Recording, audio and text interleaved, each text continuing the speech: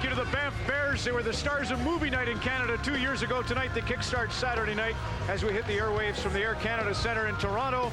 A very special night. The 1967 Stanley Cup winners will be feted out here in about 35 minutes time, and that's a beautiful thing for Matt Sundin, who's a good buddy of Mike Shaky Walton, the star back in '67. The Leafs are on a good run right now. They've got the 8th spot in the playoffs. In fact, they'd start against Buffalo, where they begin today. How great would that be for fans of those two cities? And Edmonton obviously in the 9-hole right now in the Western Conference. Dwayne Rolison, fabulous last year, strong again the other night in Buffalo. In fact, good in the Boston game as they began this 7-game road trip. The Oilers in tough right now, need a big performance against the Leafs as they carry on with this 14-day stretch away from home. The other game this evening features Carolina into the Bell Center at Montreal. Duncan Milroy's up from the Hamilton Bulldogs, so they're looking for some offense with Alexei Kovalev having the elbow wonky. Habs have got to find a way to score. They take on Carolina, who are injury-riddled tonight. More on their woes with Don Whitman, Cassie Campbell in just a bit. But Rod Brind'Amour, their great leader, scored the huge goal, the tying goal in Game 3 last year at Montreal that really rescued them. And there you see the 67. I remember when Zinedine Zidane, on the biggest stage in the world, World Cup of Soccer last year, when Zidane headbutted his opponent and forsook a chance at the World Cup. It was all about honor. Everybody said, what a selfish thing to do. It was about integrity with Zidane. The people of France knew it. They gave him a hero's welcome. That'll happen tonight here for Dave Keon, who's all about honor. The cup represents the team.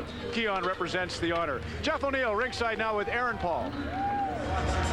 Thanks, Ron. Jeff, there is a real buzz in this building here tonight, obviously, because of the ceremony later. How much do you feed off that, or do you have to put it aside to focus on what it is that you have to do? Well, you got to kind of do both. You want to pay your respects to those guys that won that cup here, but after that, we got to refocus on the task at hand and get a big win here because we need it bad. Yeah, let's talk about your home record versus your away record, because it's 4th best on the road, 4th worst in the league here at home. Are there added pressures here to play at home? I don't know. We might put a little extra pressure on ourselves. We just have to keep it simple and kind of bring that road mentality to our home building here. All right, Jeff O'Neill, thanks very much. Jeff O'Neill, who scored his 19th goal Thursday against Philadelphia. Ron, back to you. Thanks very much, Aaron. The 4th meeting of the season for the Hurricanes and the Habs. As promised, Don Whitman, Cassie Campbell with thoughts on that. Don. Well, Ron, there was a lot of speculation as to whether or not Brett Hedican and Eric Cole would be available for this game, but both are out there taking the pregame warm-up, so I assume, Cassie, that they're going to play. Well, yeah, and the Carolina Hurricanes will really welcome that because they've been battled with injuries all year, especially on the point, and they're hoping to have Brett Hedican play, a guy who can really skate well, really move the puck, and just be a leader back there on the back end. There was also speculation in Montreal when Yaroslav Halak was called up from Hamilton, whether or not he would start tonight's game in place of David Abishur, but Guy Carboneau is going with the more experienced Abishur. Yeah, and I think it would have been a really insulting move if he'd have played him in front of before David Abishur tonight. So I think this is good not only for David Abishur's confidence, but I think for team chemistry as well, because the guys probably wouldn't have liked that decision. So I think Guy Carboneau made the right one tonight. The 4th meeting of the season between these two, a very important game for both teams. Now let's join Steve. Mike is coming off a bout with the flu. Mike, can you operate at 100% tonight, or do you have a choice with all these injuries? Yeah, exactly. I mean, it's not a very good time, but there is a good time. But I'm feeling well enough to play and play well. From your sick bed, what did you see about the Habs that needs correcting in order to halt this 5-game losing streak? You know, I think we just got to play a little more confidence. We got to feel good about ourselves and trust in our game that if we play it well, then we'll get the results. Right now, we don't have that confidence in ourselves, but we'll get a couple good results here. We'll get it right back. Mike, thanks for this. Good luck tonight. Thank you. Mike Johnson and the Habs needing confidence. Ron? Thanks a lot, Steve. A couple of matinees this afternoon. Atlanta Thrashers, Ottawa on Hockey Night in Canada. All the Ottawa goals were just about the same fashion. A shot, and then a rebound. And there's the first goal by Chris Kelly, his 11th of the year. It's 2-2. And Victor Kozlov sneaks one through, or Slava Kozlov, I should say, sneaks one through Redden's legs. No chance for Gerber on that. So 3-2 Thrashers after 40 minutes. But in the 3rd period, Mike Comrie gets his 15th. There it is on the rebound from Corvo and Kelly. And then watch the beautiful hands here by Jason Spezza. Backdoor from Heatley to Spezza, out front to Dean McCammon. He scores the goal, his 8th of the year. Mike Fisher rounds it out with his 12th of the season. The empty netter. 31-30 were the shots in Atlanta. Ottawa wins it by a score of 5-3. The shots in this game today, there's Scotty Upshaw in his Philadelphia number 9. It makes me think of Patrick Sharp, who looks so great over in Chicago right now. Anyway, Philadelphia and the New York Rangers, huge game for New York, and they had a lot of problems. This is the most significant, an unfortunate collision between Mike Knuble and Brendan Shanahan. Upshaw goal had made it at that point 4-1 Philadelphia, and then this awful injury to Shanahan. The good news is he was taken to St. Vincent's Hospital, speaking, moving well. Shanahan should be fine. Knuble also suffered an eye injury, so it's just one of those really tragic collisions. Ward left the game, Malik left the game, Lundqvist left the game in net for the Rangers. They get beat up by Philadelphia despite out shooting Antero Niittymaki 43-25. Rangers fall 5-3. Ryan Smith, the focus of a lot of attention. I know Grapes will have a thought on that on the coach's corner, whether he gets a contract. Here he is with Aaron.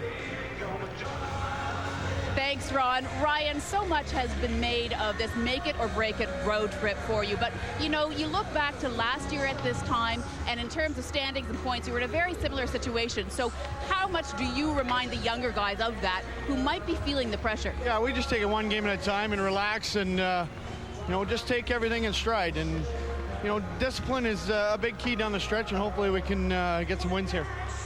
I guess the first step to turning around your road trip is really generating the offense that has been missing. Easy enough to say, tough to do. How do you accomplish it? Well, you know, it's not the start that we wanted, but we have 5 games left, and tonight is an important game, obviously, for them and us. So just maintain focus, and we'll take care of Ottawa the next night. Thanks very much, Ryan. Ryan Smith, who says he has very good memories of the last time he played here. Of course, that was in 2004 with the World Cup winning team. Ron, back to you.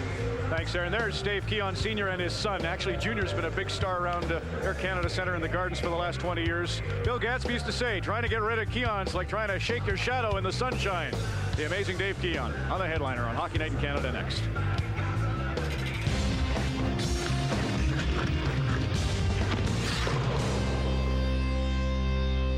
Don Dobie, a good pal of Rick Wamsley's and all the guys from Simcoe Waterdown. I hate to make you just a prop here, Don, but there's your program from 66. We're kind of zooming to the headliner. Brett Kelly's from your hometown, too. He'll be here feted as part of that 67 tribute. Here's the guy Foster Hewitt used to call Mr. Perpetual Motion with Scott Morrison. Keon, a shot for Armstrong. It rebounds behind Gadsby. Picked up by Keon again. He shoots, he scores! Keon going up the center. Around Del Vecchio. He shoots, he scores! Now it's Keon breaking up a Detroit rush, getting in front. He slides, he scores! What did it mean for you to be a Maple Leaf? Was that a dream as a kid? Yeah, it was a dream. I wanted to grow up and play for the Toronto Maple Leafs. And I was fortunate enough to realize my dream. And then fortunate enough to play on 4 Stanley Cups.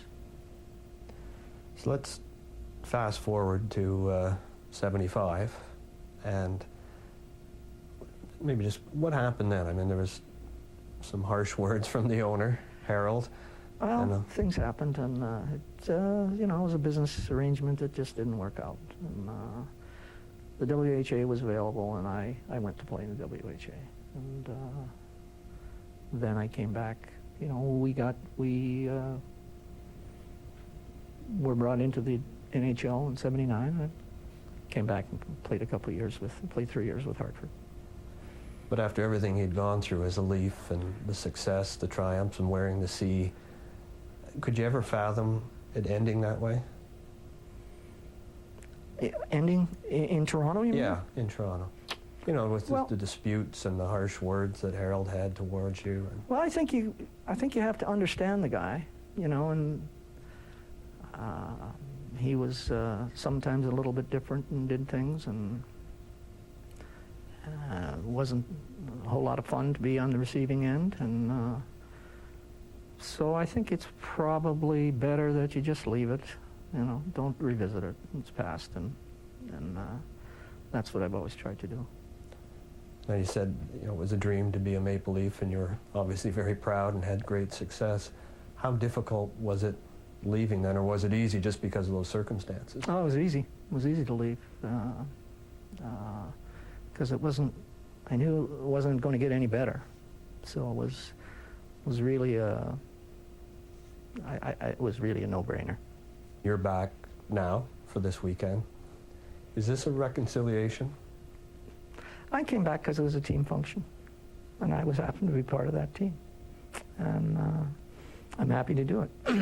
There have been events which you declined to attend, such as the closing of the gardens. Why was that? I don't do foreign letters.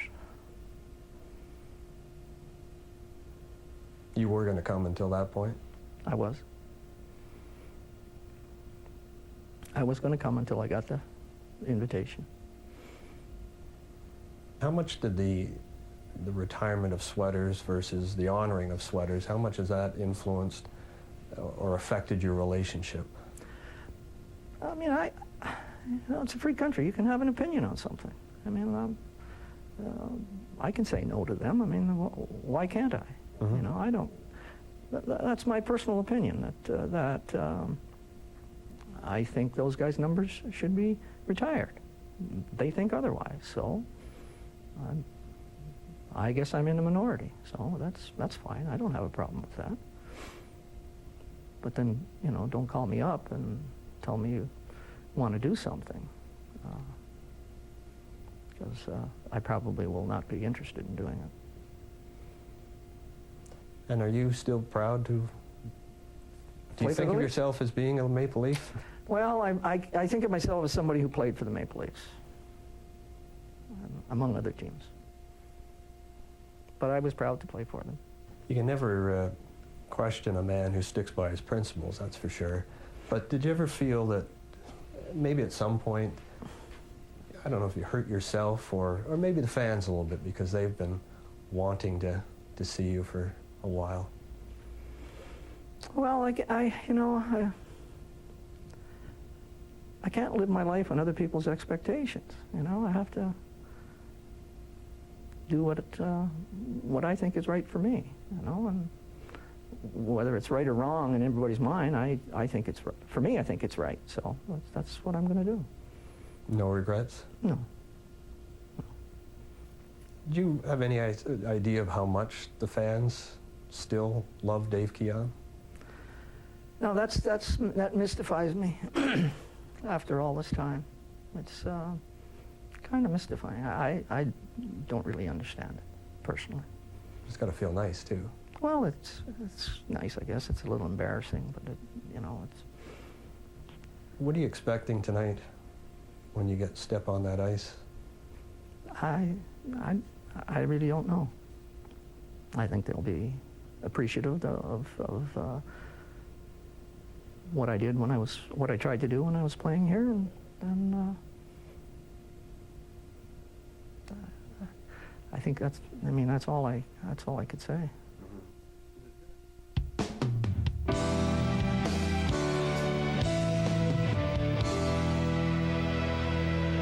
Thanks to Scott Morrison and Dave Keon. There's number one, Johnny Bower, amazing. The two solid guys, George Armstrong and Johnny, on that 67 Cup team. And I thought Ken Dryden said it best, Frank, about you when he said a lot of guys get to 500 goals or 50 goals or certain statistical things, but it's the impression you leave, and you left one of those beautiful. I got a little story for you, Johnny, that you probably don't know about the Senator. The guy who shovels his sidewalks when Marie and Frank are away, either for art showings or for his political work, is Brian Williams. Did you know that? Oh, I can't So believe you it. and Nancy Brian need a Williams. hand. Yeah. Brian Williams is a great snow shoveler. Great. Hey, listen, Johnny, I heard you with Bill Waters and Jeff Merrick on the Leafs Lunch radio show yesterday, and you were really moved to tears at the end of the interview. And I think it's because you men went through so much. I can't say enough about what tonight means. Not about winning the cups, because that's special. We all play to win. But what a group you were to tough it out through. It just seemed like between Punch and his antics and maybe Harold Ballard and his antics.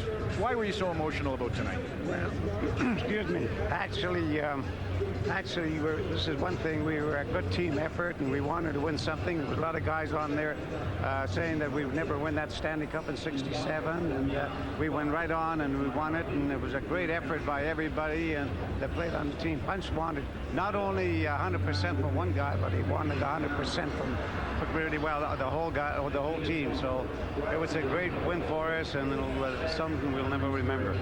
Frank? Yeah, thank you. Yeah, we had a great effort from everybody. everybody. And it was a rough year. You know, we were up and down. We lost 10 games in a row, and we came back and we won 10 in a row or something. So it was a up and down year. But to end it winning in 1967 was a great thrill for everybody. Yeah, the expansion was coming. It's a centennial year. It was amazing. You met the Montreal Canadiens, and I should say you were 34 when you saved Toronto in '59. You were 33 when you saved Montreal. So you got a lot of huge fans over there. Dick Irvin always says Ken Dryden gets the kudos with you too. Punch had 10 grand on the table. The police are here tonight, so you're very special guys. But is it true you had armed guards when you walked into the room before Game 6? Guys, I don't know who they were after or anything, but when I walked in, I never seen so much money in my whole life. He had a table there in the middle, and he says, at $10,000 right there.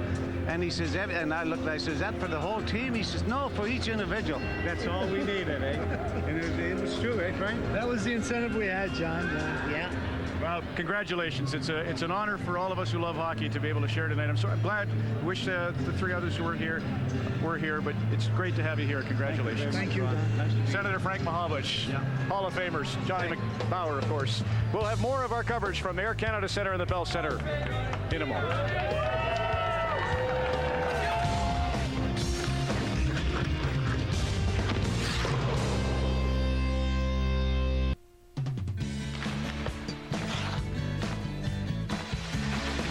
Think Hockey. Brought to you by the Home Depot. You can do it. We can help. Coming up on Think Hockey, Adam Graves and I will look at Mark Messier's 500th NHL goal. Well, you see it. Typical Messier. It's like he scored 500 the same way. And we'll show you how he did it and why it's important to shoot from where he did in a moment. Messier takes his place for the all-time greats. Goal number 500. Well, Adam, Gordie Howe used to shoot off what we call the true foot now. We all thought Bobby Hull went across his right leg in the case of a left-hand shot. Gordie would often wire it fast off his left foot. Mark was a master at it. So why don't you take us through not only shooting off that true foot, but from a sharp angle and what you need your left winger or centerman to do to help you out. Well, Ron, as you know, it's always important to have a guy. Every coach says, I want the wingers driving to the net. Get a guy going through the center of the ice, keep the defenseman honest, and also make that goalie think. But all the great shooters, what do? They change the placement of the puck, not just with speed. That's where Messier was so effective and why he scored so many hundreds of goals from this side.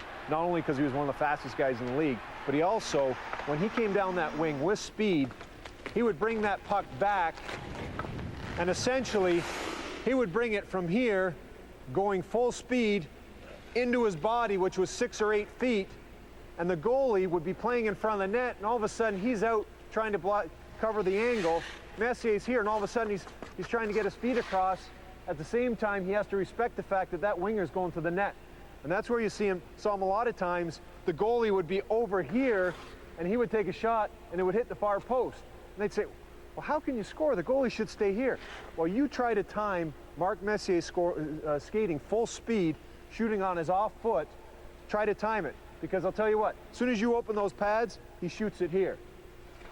As soon as you get over here, he shoots it here. But you didn't very often see Mark Messier shoot it wide, short side. Right. That's why he was a great player. Go ahead, fire away. All right. Nice play, nice play. I'm going to jump on that rebound. Go ahead.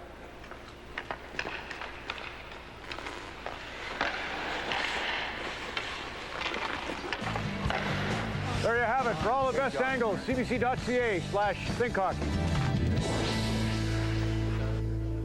That's how I did line changes too, just kind of floating backwards to the bench. Anyway, Craig McTavish, head coach of the Edmonton Oilers, in a tough situation here. Craig, obviously with Pisani and Stoll out, trying to find a little more offense. You deserved to win that game in Buffalo the other night. I'm sure you probably thought the same way. Just couldn't score. What can you do? It's a tough question.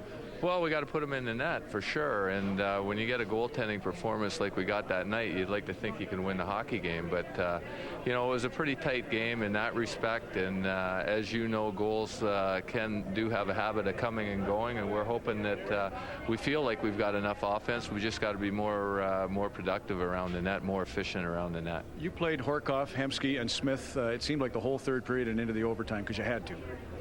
Yeah, well, they played even more in Boston the game before. I think they were all 23, 24 minutes. And Hork is in such great shape that he can handle the ice. Ryan, he gets off for 15 seconds. He's ready to go back out there. So those guys can both take a lot of ice time. It hurts that we've got to use them more killing penalties than what we normally would like to when we have Stoll and Pisani in the lineup. And Hemmer's playing about 19 minutes, and he's fine with that. I didn't believe that stat that Horkoff only played 20 minutes. Whoever's keeping the stats in Buffalo, that seemed crazy to me. But anyhow, just a thought on Pisani and Stoll aren't even skating, or what's their stats? No, they're not. They're at different stages, both of them. Now Stoley's getting to the point where he's 4 or 5 or 6 weeks from the incident, so it's getting pretty serious with him. He's still having symptoms. Fernando's a little less severe, we think, but he's still having symptoms as well. And the routine is they've got to be symptom-free for Fernie in particular for a day or two before they can start some minimal exercise, and we're not even to that point yet. I should mention concussion for those who aren't following the Oilers regularly. Key to the night, Toronto's on a bit of a run. What are you tactically, who will you match up against Sundin? Well, we'll see what they want to do. We've got the Horkoff line starting, so we'll see and try and get an idea what they want to do and what matchup they want to have. But, they're 3 big bodies with Ponikarovsky and Antropov. So if we can do a good job in our defensive zone and keep them to the outside, I think we'll have some success offensively. We hope to. There was absolutely no quit the other night. It was just great. How about defensively? Smead looked good to me. Who will you pair against the Brest? Yeah, well, we'll start with our premier pair tonight with Jason Smith and Jan Heda. Jan's the guy that a lot of people in the East don't know too well, but he's come in and played real well for us. So we'll start with them. Hopefully we're not defending too much. We want to attack. We're an attacking team, and that's going to be our strategy going into the game. Toronto Maple Leafs hosting the Edmonton Oilers is one of our 2 early games. We'll also be on the air from the Bell Center in Montreal, where the Carolina Hurricanes hit town. But right now, back to the Bears in Banff. There's a full night of hockey just ahead. Stay tuned. Hockey Night in Canada's next.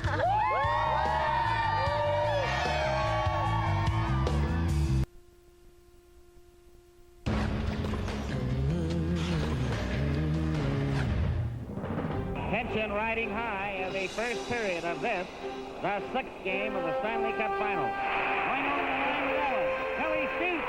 Ellis shoots. Closing in a pass for Ferguson. Blacklock made another save on Ferguson. Closing in. Pappen goes to the wing. Centered it. He scores! This, of course, is what it's all about. The Stanley Cup. Over the line, went around Horton. Gets right in front of the shot. He scores! Dick Dawson scored for the Canadians. Oh, beautiful play by Dick Dawson. Armstrong waits. Takes the shot. Scores! The Toronto Maple Leafs have won the Stanley Cup.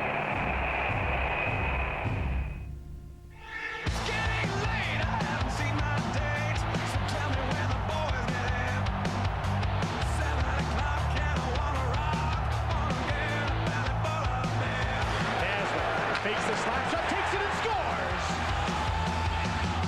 Don't give us none of your aggravation. We battle with your discipline. Saturday night's alright for fighting. Get a little action in.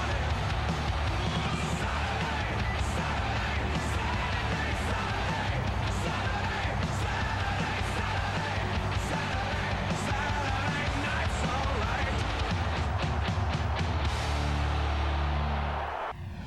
Hello, Canada and hockey fans in the United States and Newfoundland.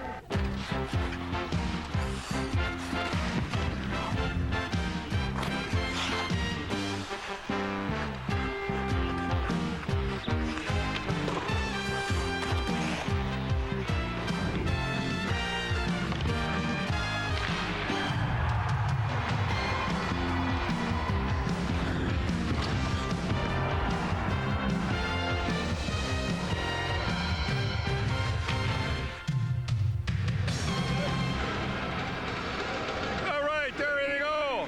Peter Stepkowski, Jimmy Pappen, Ronnie Ellis. Oh, that is. They're nobodies. They're nobodies. Hold on, Dave. Davey Keon.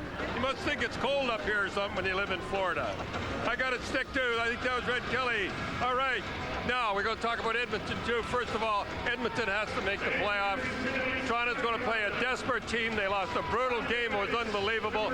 7-game road trip. I'll tell you, it's a tough one at this time.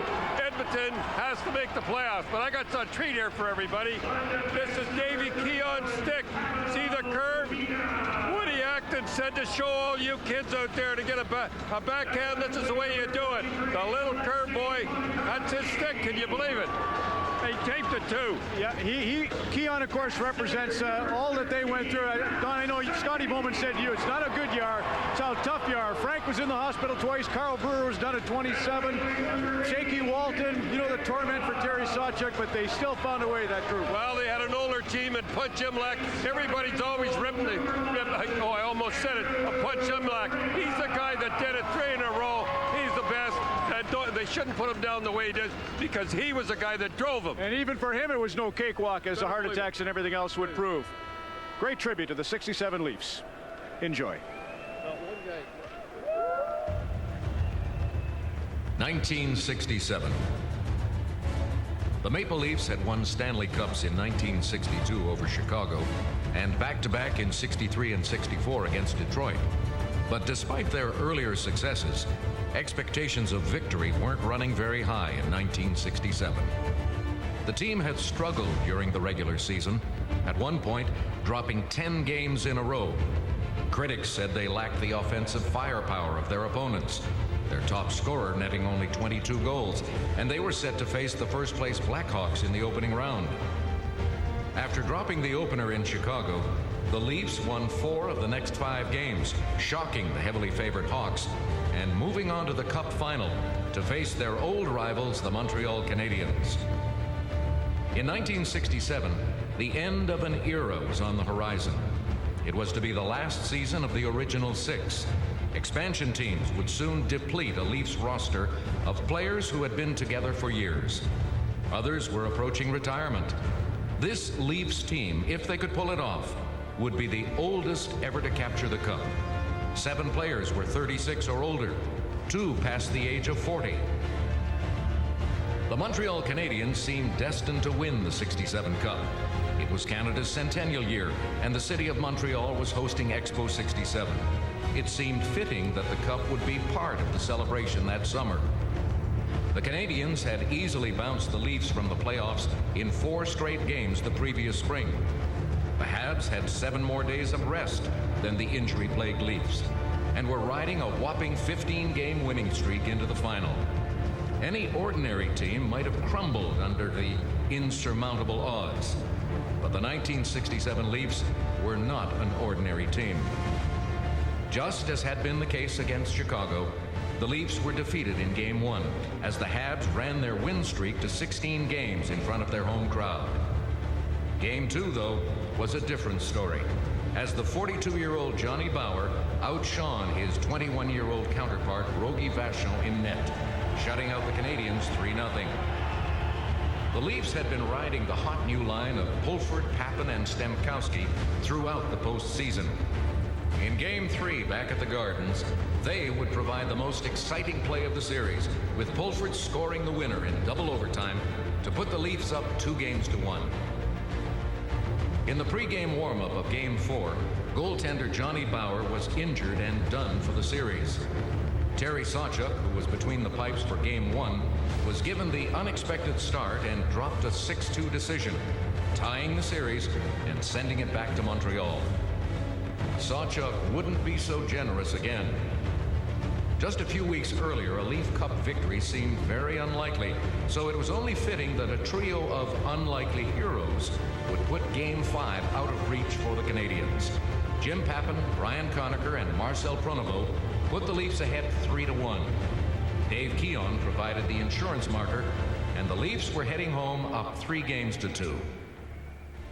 Late in the third period of Game 6, with the Leafs leading 2-1 on another goal by Jim Pappen, the Leafs, with the 37-year-old Sawchuk in net, sent out 5 of their most dependable vets to protect the lead. 41-year-old defenseman Alan Stanley took the draw. Joining him were his longtime defense partner Tim Horton and a forward unit of Bob Pulford, Red Kelly, and the captain, George Armstrong. Ultimately, it was the chief who would find the empty net to secure the Stanley Cup victory. Conn Smythe winner Dave Keon summed it up best, calling the '67 Cup the last stand for a group of veterans as they forged a quiet spirit within. The 1967 Toronto Maple Leafs, Stanley Cup champions.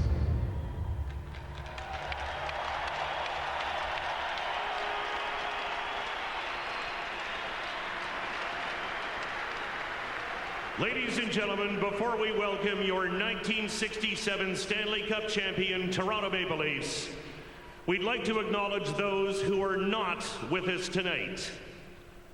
Coach and General Manager, the late Punch Imlach.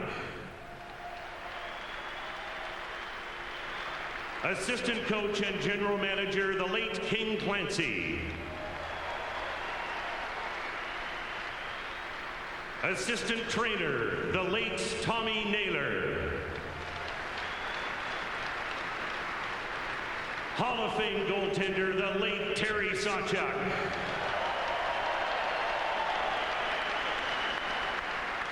Hall of Fame defenseman, the late Tim Horton.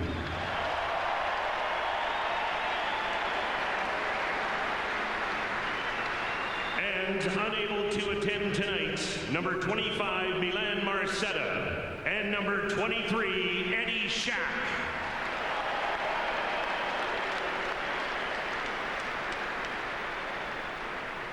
Now, let's welcome your 67 Leafs. Team physiotherapist, Carl Iliev.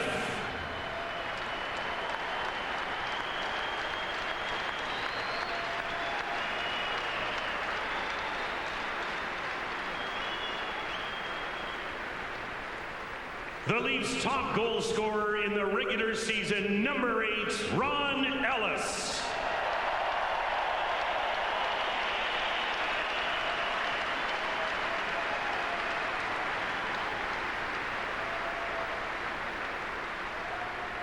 After winning 4 cups with Detroit, he joined the Leafs to win his 5th, number 3, Marcel Prodevo.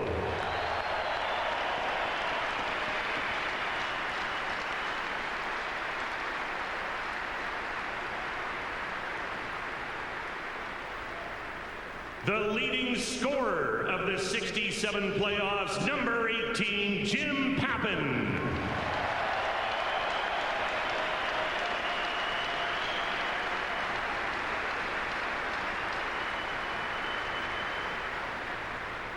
His one game in a Leaf uniform came during the 67 Cup final, number 24, Ott Eriksson.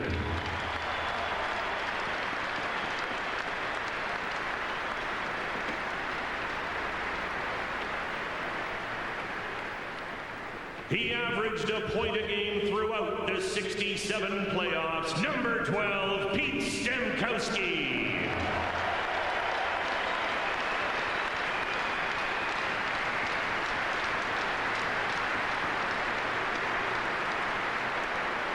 Nephew of 1932 Cup champion Charlie Conacher, number 22, Brian Conacher.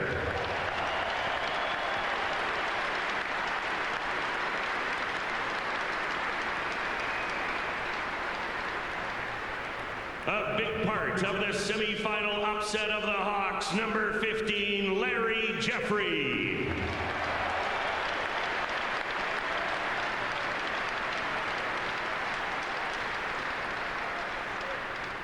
He won the cup in his rookie season, number 16, Mike Walton.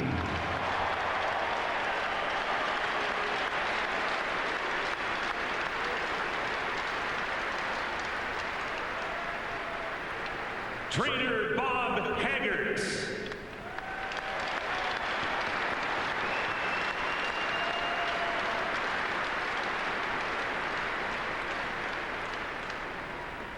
He won 6 cups in his NHL career. 1967 was his 5th. Number 2, Larry Hillman.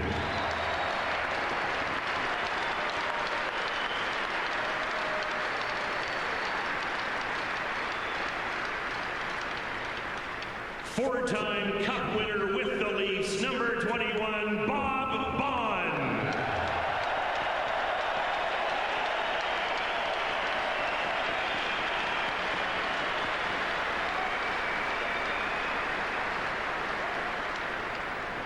The Leafs' leading playoff scorer in the 60s, number 4, Red Kelly.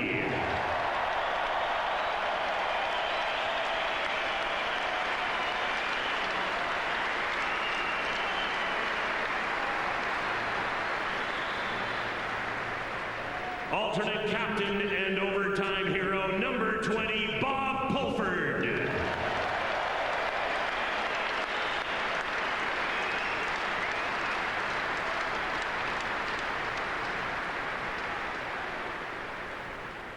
Alternate captain and four-time champion, number 26, Alan Stanley.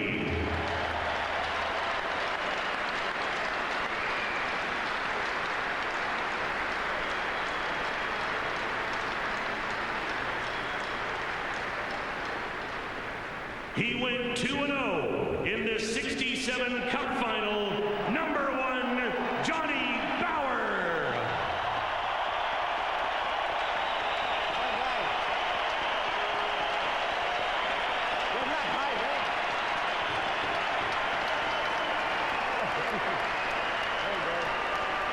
Jam. What a good feeling.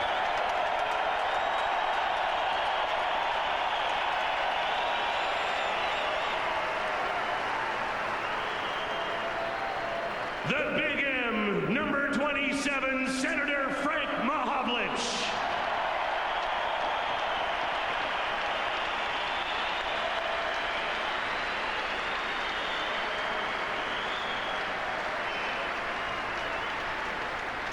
Frank, again. See here, John? Yeah. The Conn Smythe Trophy winner, number 14, David Keon.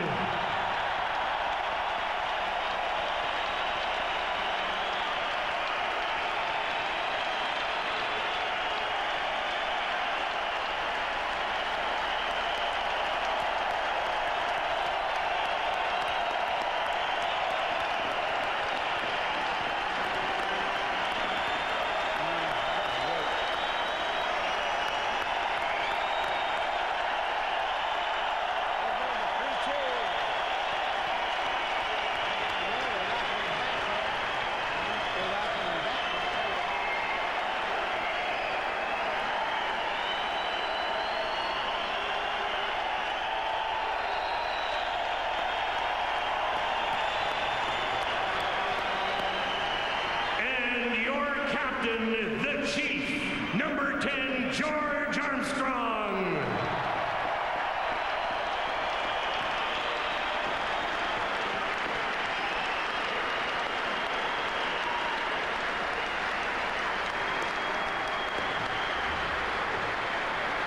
Ladies and gentlemen, your 1967 Stanley Cup champion, Toronto Maple Leafs.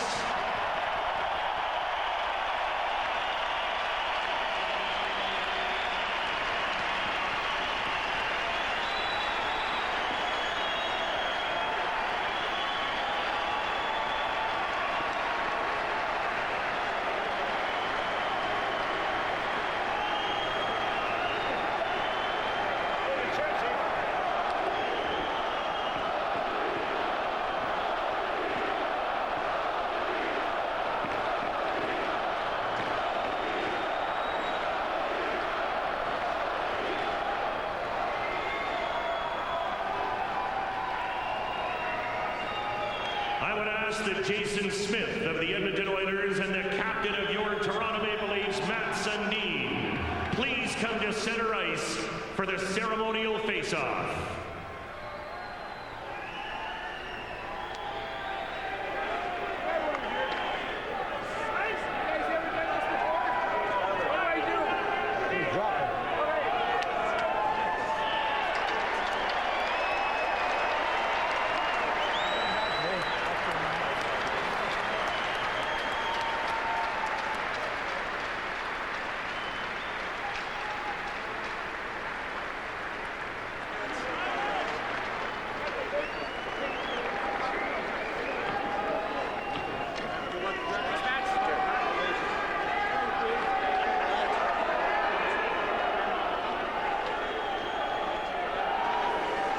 Ladies and gentlemen, will you please rise, remove your hats, and join Michael Burgess in the singing of our national anthem.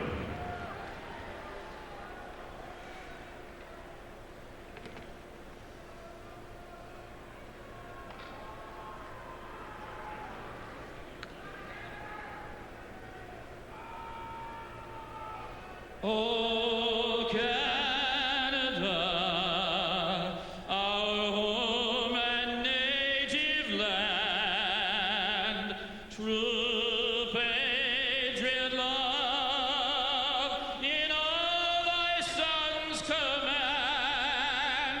With glowing hearts we see thee rise, the true north strong and free. From far and wide, oh Canada, we stand on guard for thee.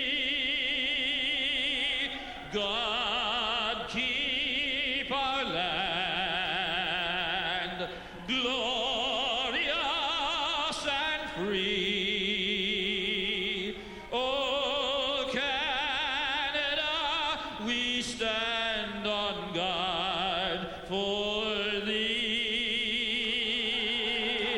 Oh Canada, we stand on guard for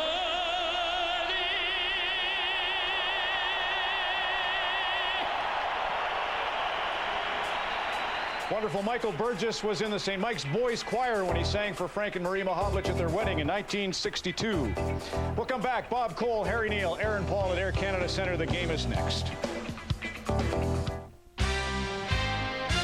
This portion of Hockey Night in Canada on CBC is brought to you by Ford, built for life in Canada.